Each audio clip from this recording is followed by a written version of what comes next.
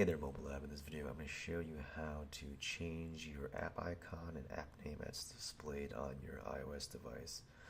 By default, Apple creates this test pattern for your app icon and just gives it the application file name. So we're going to be able to change those two. So you start by creating an icon for your app. So the icon size you probably want to use is 1024 by 1024, and I'll show you why that's the case in a second. So if you pull up your application, over here there's going to be a file called assets.xc assets.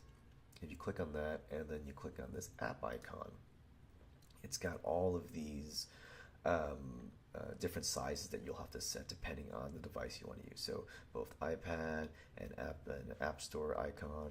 You could actually come in here and declare what device you want.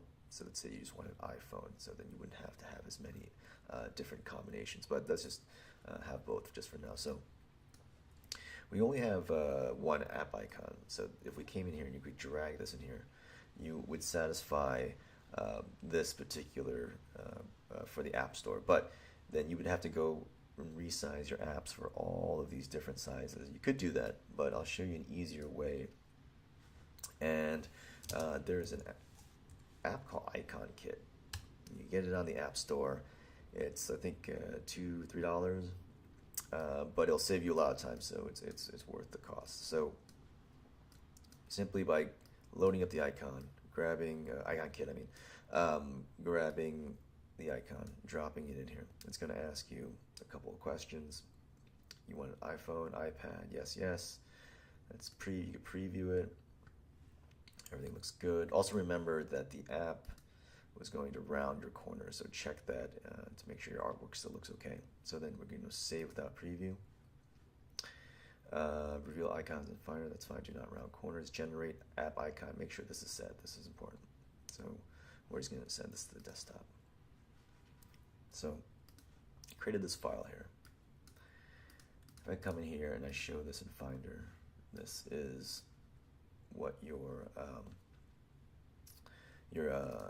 application has for that XC asset. So I can go ahead and just delete the default, the one associated with your app, and the one you just generated. You grab that, pull that in here, and now everything is set. For some reason, it doesn't assign this one, so just go ahead and just do that. So now your app icon is all set and should work properly on iPad and iPhone.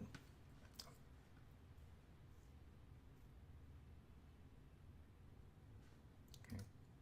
And there's the app icon. Now let's go ahead and change the name. So to change the name, we'll come back in here. There's a file called info.plist. It's got a lot of different settings, but what we want to do is come in here and add a new setting. You could actually pick any one of these rows. It doesn't matter what the ordering, but just hit the plus icon.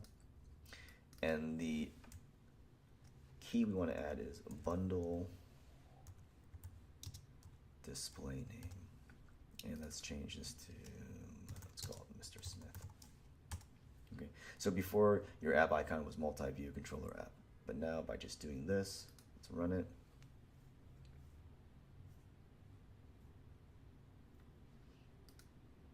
There you go, Mr. Smith.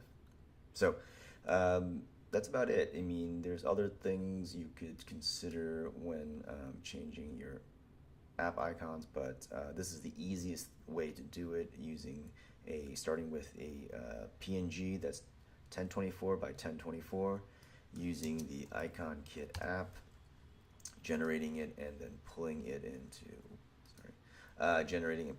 the application. That's it for this video. Till next time.